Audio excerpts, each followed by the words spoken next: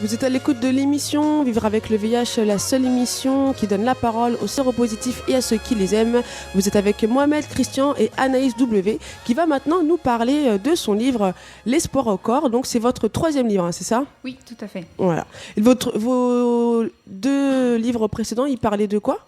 Alors, il parlait plutôt de l'adolescence, même si j'ai un public très large qui s'intéressait à ce sujet également.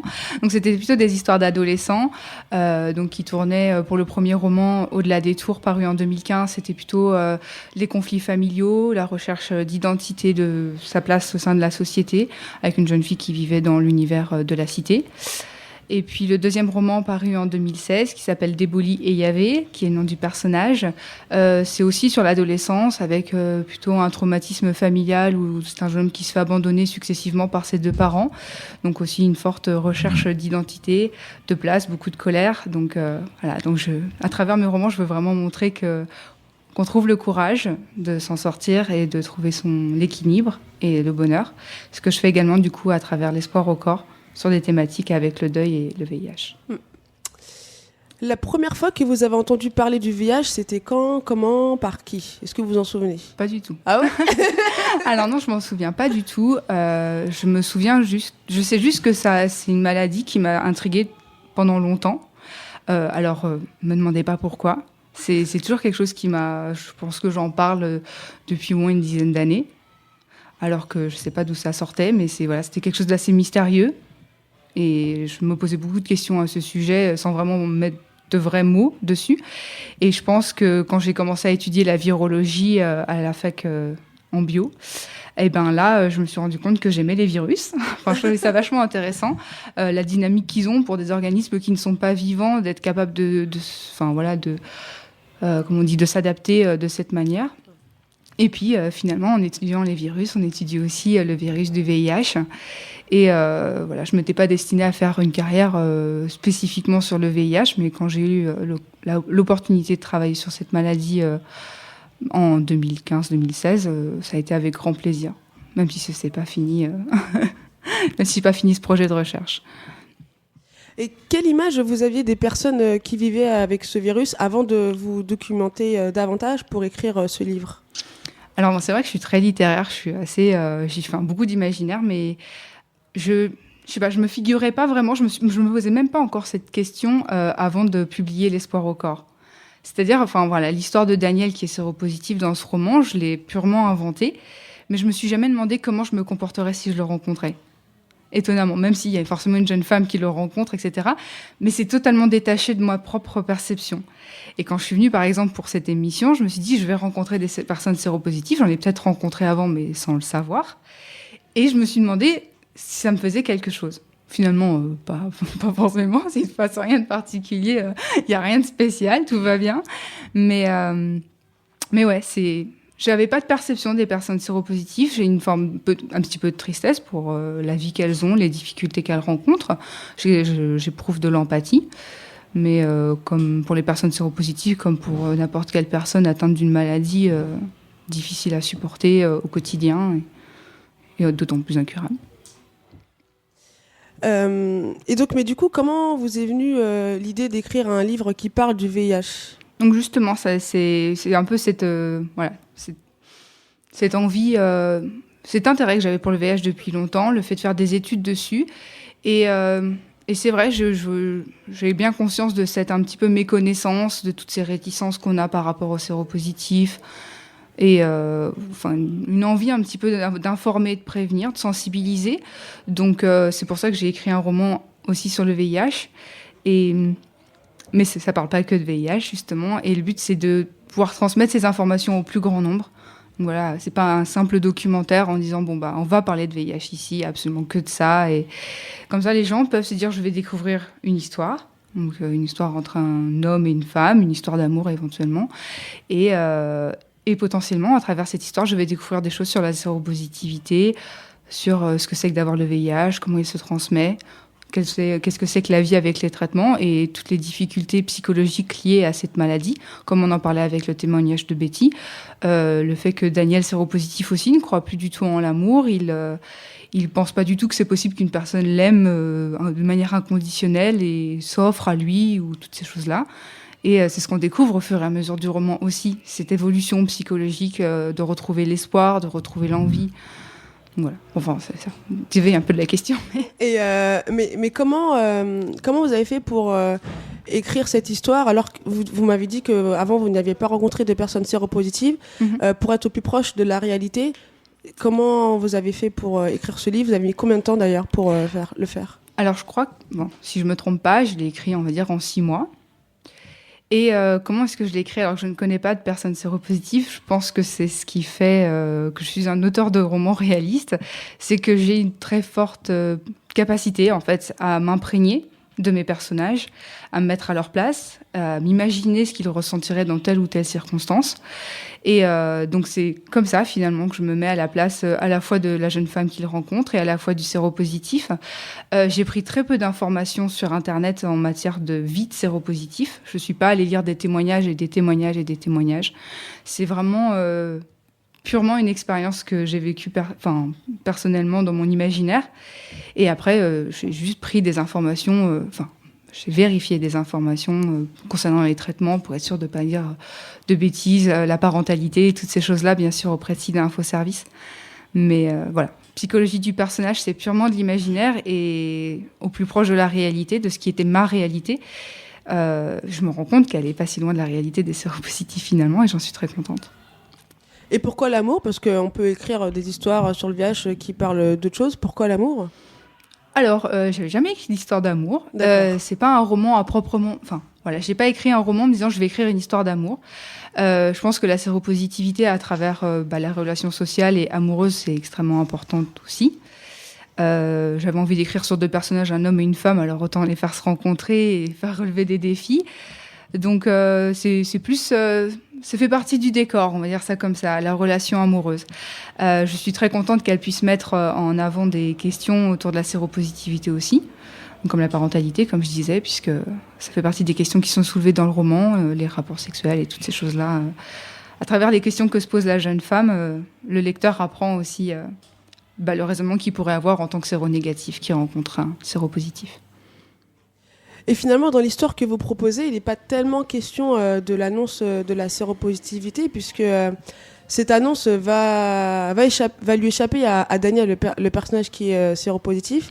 Et donc, Kalinda, donc c'est la femme qui est séronégative, elle ne va pas fuir parce qu'il est séropositif et elle ne va pas se poser tant de questions de ça. Et je me suis dit, c'est peut-être un message que vous donnez aux personnes séropositives qui hésitent à se lancer dans une histoire avec une personne séronégative. Oui, voilà, c'est...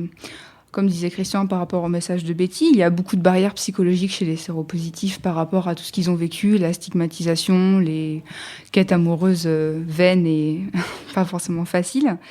Et finalement, oui, Kalinda, ce qu'elle voit avant tout, c'est un homme, et elle a même particulièrement du mal à envisager le fait qu'il est séropositif parce que c'est quelque chose qui lui échappe. Elle comprend pas, elle n'envisage pas comment est-ce qu'il vit avec, l'impact que ça peut avoir sur lui. Elle est assez innocente finalement par rapport à la séropositivité, comme je l'étais peut-être moi aussi avant.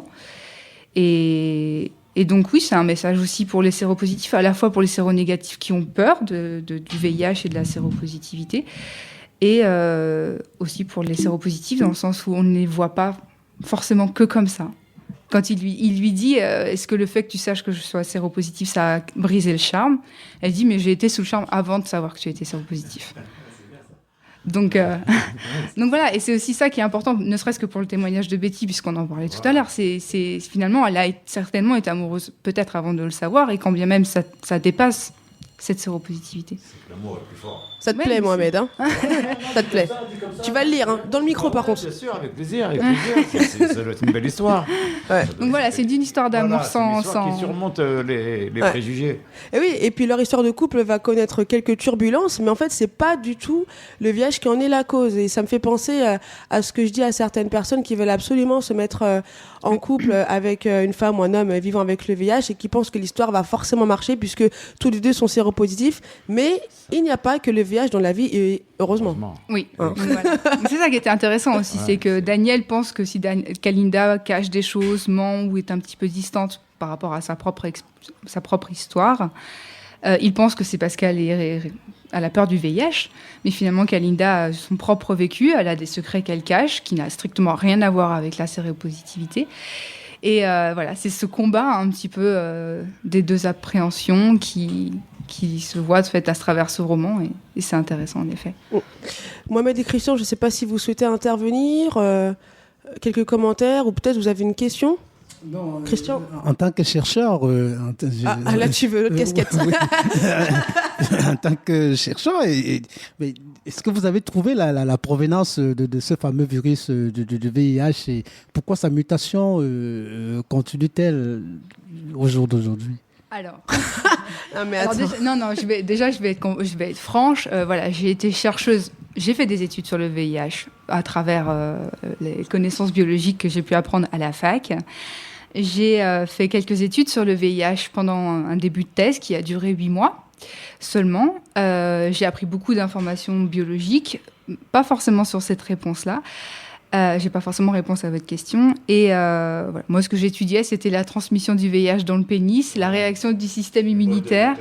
Voilà, c'était quelque chose d'extrêmement spécifique, et j'ai pas du tout étudié la maladie assez longtemps pour connaître, avoir le rôle d'experte sur cette maladie. Donc, je peux pas vraiment répondre. Mais on pourra te répondre, Christian, parce que il y a beaucoup d'études sur la mutation du virus, tout ça. Donc, on pourra à l'occasion faire une émission là-dessus, quoi, si tu veux.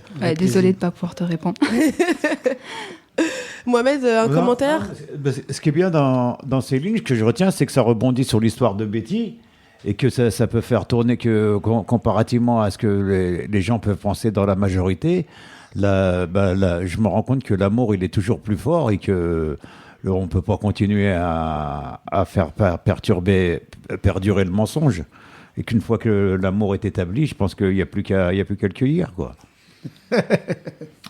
C'est ça. Moi, je vois ça dans son roman, à travers ses lignes. C'est ce que je vois, puisque ils vont outre la maladie, ils dépassent la maladie pour pouvoir mieux s'aimer, et s'aimer plus et encore. Donc c'est beau, c'est relativement beau, je trouve. C'est ça que je vois. Un mot qui m'a fait plaisir à voir dans le livre, c'est indétectable. Et j'ai l'impression que vous avez compris l'importance de cette nouvelle pour les personnes séropositives. Et là aussi, finalement, ce n'est même pas le personnage de Daniel qui va lui en parler. C'est une notion que Kalinda va comprendre assez facilement. Et je me suis dit, tiens, c'est peut-être un message pour que les personnes vivant avec le VIH se disent, c'est pas si compliqué pour les personnes séronégatives de comprendre ce que c'est être séropositif, avoir une charge virale indétectable. Oui. Ouais. Alors, c'est une véritable question, mais en effet, c'est important de savoir dire indétectable, c'est-à-dire on vit avec le virus comme on vivrait avec un foie ou un rein. Il est présent, il est là, et on ne peut pas s'en débarrasser parce qu'on en a besoin. Enfin, pas besoin, mais voilà, on peut pas s'en Il est là en tout cas. Voilà, il est là, excusez-moi. Mais à partir du moment où il est indétectable, on peut vivre une vie quasiment normale. C'est vrai qu'il y a tous les traitements et toutes les choses, la stigmatisation, plein d'autres problèmes autour de la séropositivité, mais concernant la vie de couple et l'amour tout simplement, et une discussion avec une personne séronégative, voilà, indétectable, c'est-à-dire je te touche, je te fais une bise, ou plus, il n'y a pas de problème, quoi. Ça ne se passe pas à travers les pores de la peau parce qu'on a le VIH. Ça, c'est plus les modes de transmission. Mais quand tu dis indétectable, les gens, ils voient plus... Enfin, moi, c'est comme ça que je le vois, et la majorité des séropositifs aussi, ils voient non contaminant. Oui. C'est un peu comme ça qu'ils voient le truc. Ça veut dire, à partir du moment où ils sont indétectables, ils se disent non contaminants. Ça veut dire qu'ils peuvent avoir des rapports avec une partenaire ou un partenaire, pour quiconque, et ne pas contaminer, savoir qu'il ne peut pas contaminer l'autre. Oui. C'est déjà un acquis assez important pour quelqu'un qui est malade et qui sait que sa charge virale est indétectable et que les CD4, ça va. Enfin, pour celui qui sait lire son bilan. À partir de là, il peut se prétendre non contaminant. Oui. Et c'est comme ça que les médecins voient la chose aussi. Hein. Bien sûr. À l'heure d'aujourd'hui, je dis. Je me mettais aussi du point de vue de la personne séronégative, en fait. Oui, parce que c'est vrai que pour une personne séronégative, j'ai le VIH, très bien, on ne sait pas ce que ça... Enfin, pas forcément ce que ça veut dire, c'est-à-dire peut-être que ça va juste surgir comme ça. Voilà. Alors que si on ajoute un terme indétectable derrière, ça donne une notion de « il est là, mais il n'est pas vraiment là ». C'est-à-dire je vis simplement avec, voilà, mais... voilà, pour une personne séronégative qui connaît pas forcément, elle va se dire s'il est indétectable, c'est-à-dire c'est un peu je le vois pas et je ne peux pas le sentir, je peux pas le toucher, enfin, je peux pas le toucher en quelque sorte parce qu'il est pas présent. Donc Christian. Oui, ici, indétectable, vraiment, c'est bien expliqué et peut-être normalement suivi par les uns et les autres, ceux qui sont concernés. Mais je comprends pourquoi chez nous en Afrique, au Cameroun, les médecins gardent un peu le secret, n'en parlent pas beaucoup. Peut-être parce que, vous voyez, une fois que quelqu'un sait qu'il est indétectable, nous, en fait, vraiment, je m'excuse du mot, hein, il y a plein de désordonnés sexuels au pays et tout, du fait que nous soyons déjà, de par les coutumes, les racines, les rites et tout, nous sommes des polygames. Chez nous, il y a la polygamie existe et tout. Il y a un homme à 7 femmes, 50 femmes, beaucoup de femmes et tout. Donc, le bonhomme, une fois que le gars, lui, sait qu'il est indétectable, il ne peut plus contaminer, allez, ça y est, c'est la saga, la fiesta de Nana et tout. Et pourtant, il faut faire très attention parce que toi, tu es indétectable, tu ne peux plus transmettre ce fameux virus. Mais maintenant, la personne avec laquelle tu vas avoir une relation sexuelle peut être victime d'une autre pathologie qui peut te contaminer doublement. Donc, indétectable, au polygame au pays. Faites attention, je sais que cette émission est écoutée partout en Afrique, on nous écoute partout au Cameroun. Faites attention parce que si vous avez 7, 10 femmes, 3 femmes, les 2 autres peuvent ne rien avoir et tout, mais la 3e ou la 10e peut te contaminer doublement. Il faut faire vraiment très attention, franchement. Merci Christian pour ce message que tu adresses tout particulièrement donc, aux personnes qui vivent en Afrique. et qui sont polygames. Et qui sont polygames, oui. Non, mais t'as raison, il faut en parler, ça existe encore. Hein. Mais bon, ici en France aussi, peut-être que la polygamie n'est pas autorisée, mais bon, tu sais, il y a des maîtresses hein, et des amants. Voilà, hein, c'est caché. Ça va bien au-delà. On va pas stigmatiser hein, quand même. Hein. Mais bon, vu que c'est toi qui le dis, voilà. C'est juste, voilà, pas avoir de comportement à risque d'avoir des partenaires multiples et... Voilà. Bon, sauf que chez nous, c'est officiel. Ici, les gens se cachent. Hein. Il y a des Européens polygames, mais... oui, mais pour avoir plein de relations sexuelles, il n'y a pas besoin d'avoir marié. Juste à tout le champ, et puis c'est tout. Allez, on va faire une nouvelle pause musicale. On va s'écouter un titre de Trio. Et puis, on continuera de parler du livre Les sports encore. Et oui, j'ai encore quelques questions. De retour à l'émission Vivre avec le VIH. Vous êtes avec Mohamed, Christian et Anaïs W. Nous parlons toujours de son livre, son 3e livre, L'espoir au corps. Alors, Anaïs, dans votre livre, le personnage de Daniel considère qu'il n'a pas choisi sa maladie. Il dit même, donc là je vais citer, « Je suis tout ce qu'il y a de plus normal, je te rassure, pas de relation avec des hommes, pas de drogue, de partenaires infidèles, du moins pas à ma connaissance. » Qu'est-ce que cela signifie ? Est-ce qu'il y a des personnes séropositives qui choisissent leur maladie ? Si quelqu'un contracte le VIH à cause d'une infidélité ou parce qu'il a eu une relation sexuelle à risque, comme on dit, est-ce que ce sera de sa faute s'il a le VIH ? Alors non, pas du tout. Je pense pas qu'on choisisse d'avoir le VIH. Alors, il y a 2 choses. La première, c'est que quand Daniel dit qu'il n'a pas choisi d'avoir le VIH, c'est parce qu'il l'a contracté à la naissance. Donc c'est une forme d'injustice qu'il vit doublement. Parce que voilà. Mais ça n'a rien à voir avec le fait d'avoir des comportements à risque, etc. Les personnes qui ont des comportements à risque ne sont pas nécessairement bien informées ou conscientes de ce qu'elles font par rapport au VIH. Donc je pense pas qu'on choisit d'avoir le VIH. Et ensuite, par rapport à cette phrase où il dit qu'il est tout à fait normal, ce que j'essaye de mettre en avant aussi dans ce roman, c'est que justement les personnes séropositives ne sont pas forcément des personnes déviantes. Enfin, ce qu'on considère comme déviant, c'est-à-dire... moi, j'ai encore des gens qui me disent être séropositif, c'est que t'as dû prendre de la drogue ou t'as dû aller à des trucs sexuels pas communs et t'as dû avoir des comportements à risque. enfin voilà, qui pourraient être considérés comme en étant pas forcément très dans les mœurs. On est la seule d'en juger. Mais donc voilà, ce que je veux montrer aussi à travers les sports au corps, c'est qu'une personne séropositive, c'est aussi une personne tout à fait normale, qui peut avoir été contaminée à la naissance ou lors des problèmes du sang contaminé, ce qu'il faut rappeler. Donc voilà, pas forcément issu d'un problème déviant. Donc, quand une personne annonce sa séropositivité, c'est pas forcément montrer du doigt, mais qu'est-ce que tu as pu faire de mal pour avoir le VIH, quoi. C'est pas nécessairement ça. C'est ce que j'ai voulu mettre en avant dans cette phrase. Mais est-ce qu'un personnage du livre n'aurait pas pu dire à un moment, au fait, si une personne est séropositive, c'est pas de sa faute, peu importe la manière dont elle a été contaminée? Alors c'est vrai que je l'ai pas dit clairement. Peut-être que j'y ai pas pensé, dans le sens où pour moi, comme je l'ai dit, c'est pas qu'on est fautif. Après, Kalinda l'exprime aussi à sa manière, dans la manière dont elle aime et dont elle se moque un petit peu de l'état sérologique de Daniel. Donc ça aurait pu être dit, mais je pense que c'est aussi un message global sur le fait, un message de tolérance qu'il y a dans ce roman. Christian, levez le doigt. Il est plus discipliné que toi, Mohamed. Pardon, Sandra, ça risque de m'échapper. Il n'y a même pas que c'est vrai qu'on parle du VIH, mais il n'y a même pas que le VIH. Hein. On peut aussi parler de l'hépatite, parce que comme elle disait tout à l'heure, quelqu'un c'est pas volontairement qu'on va chercher la maladie. Il y a des hépatites, je crois, qui se contaminent par la sueur. C'est-à-dire que... Pas par la sueur. Pas par la sueur, par la sueur, par les pores et tout ça. Donc, non, il y a l'hépatite A qui c'est par l'alimentation, quand tu manges quelque chose, enfin voilà. Voilà. L'hépatite B, c'est sexuel et aussi de la mère à l'enfant. L'hépatite C, ça peut être sexuel lors de rapports sexuels traumatisants, c'est comme ça que ça se dit. Bon.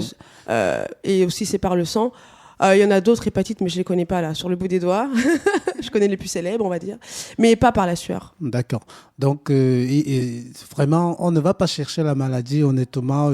Toutes les maladies qu'on peut, on peut prendre n'importe où, on ne les cherche pas, on ne va pas vers elles, et vraiment, on peut se faire contaminer, pas seulement par le sexe. Hein. Il y a certainement d'autres façons de les contacter.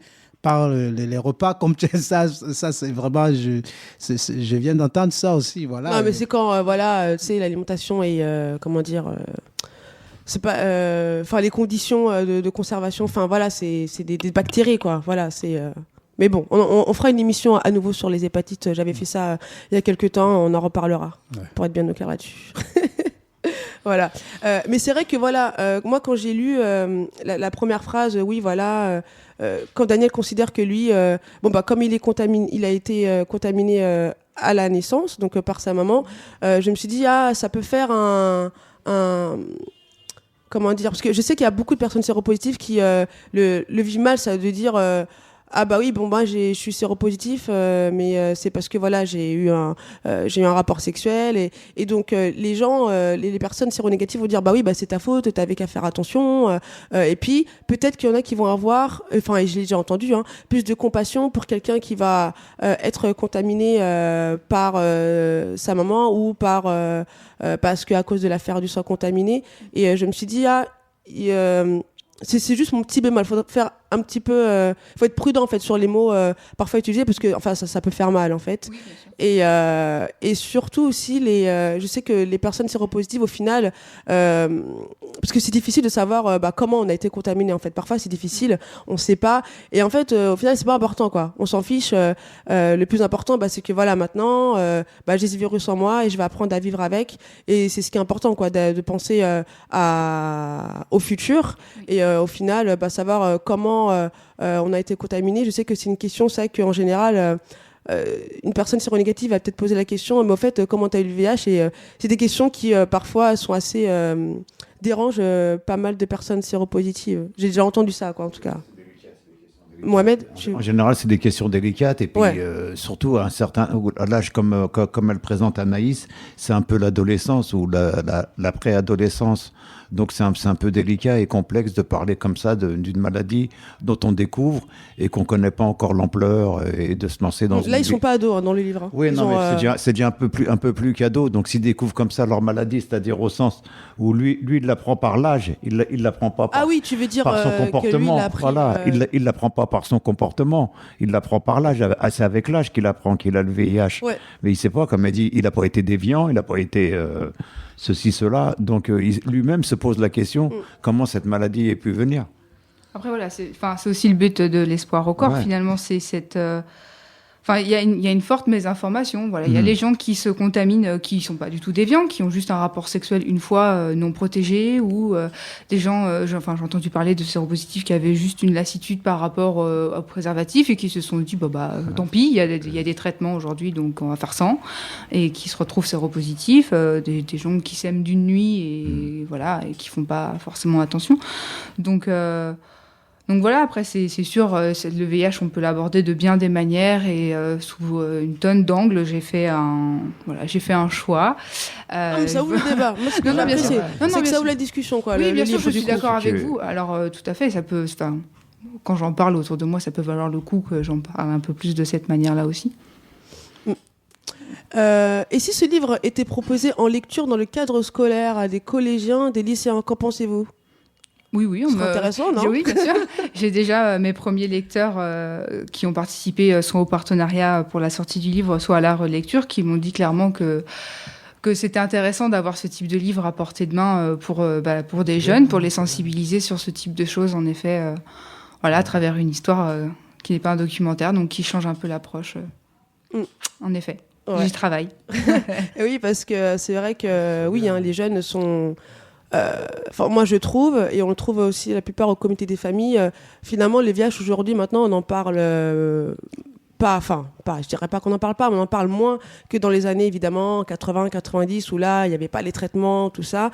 Et maintenant, le VIH, c'est bien, parce que avec les progrès, c'est devenu une maladie chronique, une maladie, comme beaucoup d'autres. Mais du coup, il y a les gens se protègent moins, ils pensent moins.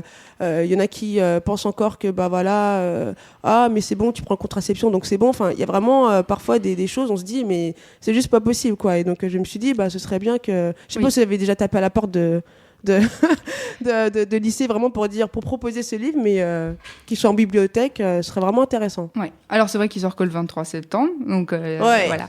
Donc il y a déjà pas mal de. J'essaie déjà pas mal de mettre de choses en. Je vais y arriver.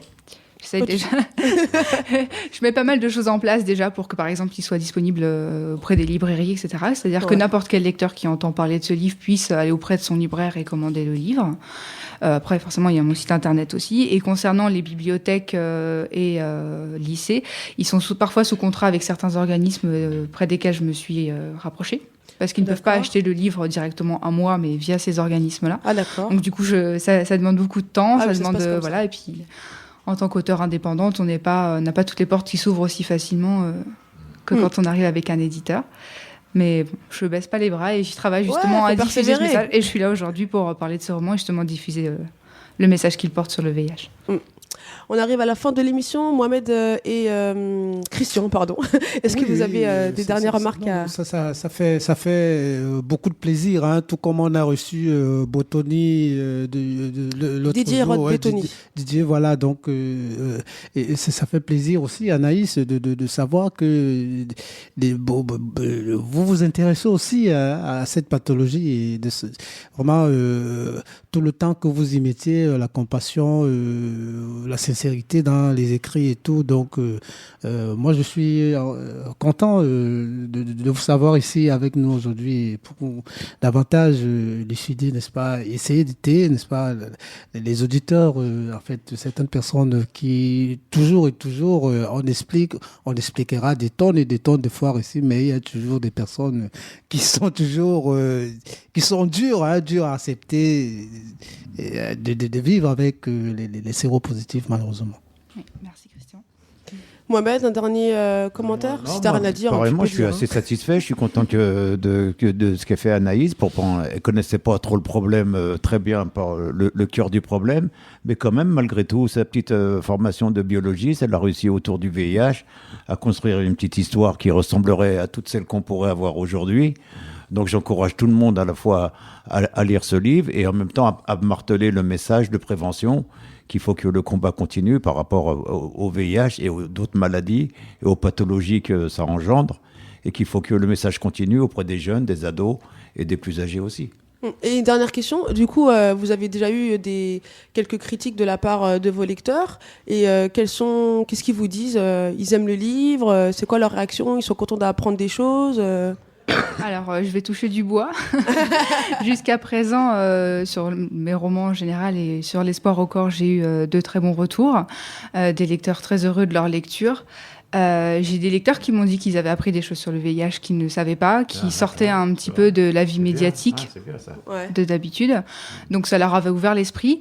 J'ai eu un témoignage très fort d'une de mes lectrices qui m'a dit que elle avait rencontré pendant une soirée quelqu'un, il parlait de choses et d'autres, il parlait d'allergies ou je sais pas quoi, et parlait de prendre des antihistaminiques, et la personne lui dit « Ah oui, moi j'ai l'habitude, il faut que je regarde bien les notices avec le traitement que je prends tous les jours. » Et elle me dit « Je ne sais pas s'il était séropositif, mais c'est la première fois que je me pose vraiment la question de savoir qui j'ai face à moi, pas dans un sens négatif du terme, mais avoir conscience aussi que c'est présent, que ça existe, que c'est là. Et c'est finalement le but de mes romans de manière générale, c'est d'ouvrir les consciences à la fois sur soi-même, dans la recherche de soi, et sur les autres. Donc là, avec l'espoir au corps, les autres, c'est les séropositifs aussi. Donc ouvrir les consciences, ouvrir l'esprit avec un message d'espoir, puisque c'est le titre. Oui. Très bien. Merci. Et d'amour. Ouais, voilà, c'est surtout d'amour. Voilà, c'est Voilà ça que pour j'allais dire. Mohamed. C'est ça que j'allais dire. C'est ça que j'allais te souligner. T'es un lover, Mohamed, en vrai. C'est un peu la suite des deux premiers où tu as fait l'adolescent et l'autre ensuite des. Ouais. C'est des histoires complètement Donc, différentes. Les gens doivent se retrouver. Non, mais à travers ça, s'ils ont lu les premiers, ils doivent se retrouver à travers ton écriture, je pense. Hein. Oui, ils voient l'évolution des personnages. Et ils se retrouvent dans les personnages que tu écris. Tout à fait. Ok.